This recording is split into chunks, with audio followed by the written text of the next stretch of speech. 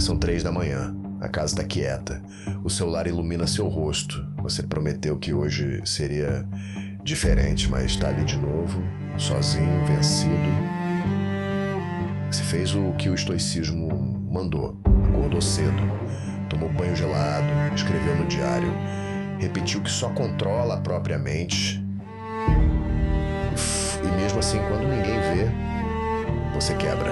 Não por falta de método, por falta de senhor. Esse é o ponto que Marco Aurélio não resolve. O estoicismo te ensinou a suportar a pressão. Isso tem valor. Mas suportar a pressão não é o mesmo que ser livre. Às vezes é só aguentar a prisão em silêncio. Marco Aurélio escrevia para si mesmo como um imperador cercado por guerra, traição e morte. Ele buscava uma fortaleza interior, mas fortaleza também vira cela. Nas meditações ele diz para se retirar para dentro de si. Parece profundo. Só que o homem moderno já vive dentro de si. E é exatamente aí que ele apodrece. Você chama isso de autocontrole. Mas se a sua mente é tribunal, juiz, réu e advogado, quem condena o seu próprio ego quando ele mente? Que às 3 da manhã você não precisa de mais frases bonitas. Precisa de uma pergunta brutal. Para quem a minha vontade está obedecendo agora? Se a resposta é prazer, medo, aprovação, raiva ou imagem pessoal, você não é autossuficiente. Você é governado por apetites com vocabulário filosófico. O homem estoico diz: não deixe nada te afetar. O homem ordenado pergunta: isso me leva para o bem ou me afasta dele? A diferença muda tudo. Porque neutralizar a dor não purifica a vontade. Engolir emoção não cura desordem. Ficar frio não torna um homem santo, nem sequer inteiro. Que você pode ser disciplinado e continuar escravo. Pode treinar pesado, comer limpo, ler Sêneca e ainda fugir de pedir perdão à própria esposa. Pode postar rotina perfeita e não conseguir cumprir uma promessa simples. Pode vencer o corpo na academia e perder a alma no quarto escuro. Foi por isso que outro homem importa aqui, não como imagem religiosa no começo, mas como soldado ferido, vaidoso, ambicioso, quebrado numa cama. Um espanhol do século XVI teve a perna destruída por uma bala de canhão. Deitado, sem glória, ele descobriu algo que o imperador romano não tinha. Esse soldado era Inácio. Antes de virar santo, ele era um homem apaixonado pela própria grandeza. E foi justamente essa fantasia que precisou morrer. Inácio percebeu que nem todo pensamento elevado vem do alto. Algumas ideias parecem nobres, racionais, até fortes, mas levam você para dentro do próprio ego. Por isso ele não pergunta apenas se você aguenta dor. Ele pergunta para onde cada desejo te conduz. Para Deus, para o dever ou para a adoração de si mesmo.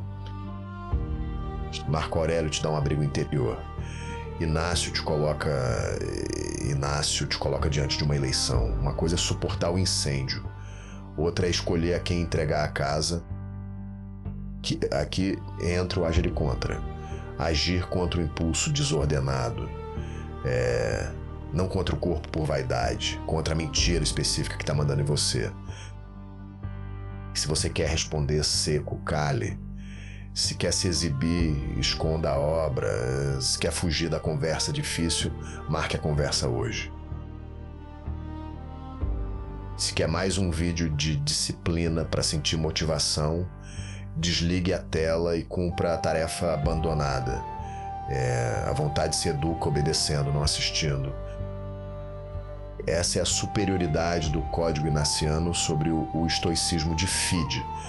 Ele não te deixa posar de rocha. Ele obriga você a examinar quem está sentado no trono. Que o problema do homem moderno não é falta de técnica, é idolatria disfarçada de autonomia. Ele quer ser senhor de si porque odeia ser confrontado por algo maior. Por isso, às 3 da manhã, o mantra falha, respiração falha, diário falha, frase de imperador falha. A pergunta permanece: a quem você pertence? Que se você pertence ao próprio humor, ele te governa. Se pertence ao desejo, ele te compra barato. Se pertence ao olhar dos outros, você vira ator de masculinidade. Mas se a sua vontade pertence a Deus, então a disciplina deixa de ser decoração. Ela vira serviço. O corpo treina para obedecer. A mente cala para discernir. Obediência não é servilismo. É força colocada no eixo. É espada que não corta por capricho. É potência masculina submetida a uma ordem superior. E é aqui que a liberdade aparece. Não a liberdade de fazer tudo. Essa é infantil. A liberdade real é não precisar obedecer ao primeiro impulso que grita. O estoico tenta ficar intocável. O inaciano aceita ser tocado pela verdade e depois executa. Sem espetáculo, sem legenda bonita, sem plateia. Então faça o exame hoje. 5 minutos.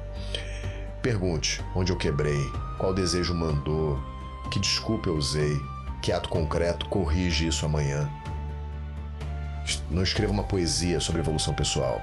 Escreva uma ordem, pedir perdão, confessar, terminar o trabalho, cortar o vício, devolver o que tomou. Que é a promessa do título é simples.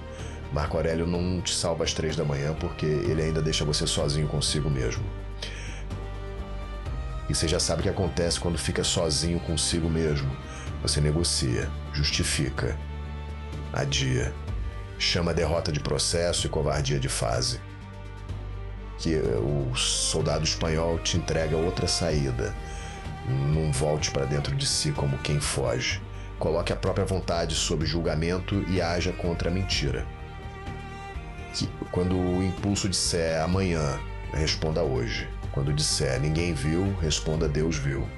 Quando disser eu mereço, responda eu fui feito para mais. Essa é a guerra que ninguém aplaude. É a guerra do homem contra a própria desculpa. E ela começa pequeno, porque quase toda queda grande foi treinada em pequenas concessões. Se este vídeo te encontrou às 3 da manhã, não transforme isso em emoção. Transforme em comando. Levante, apague o fogo e ordene o primeiro ato.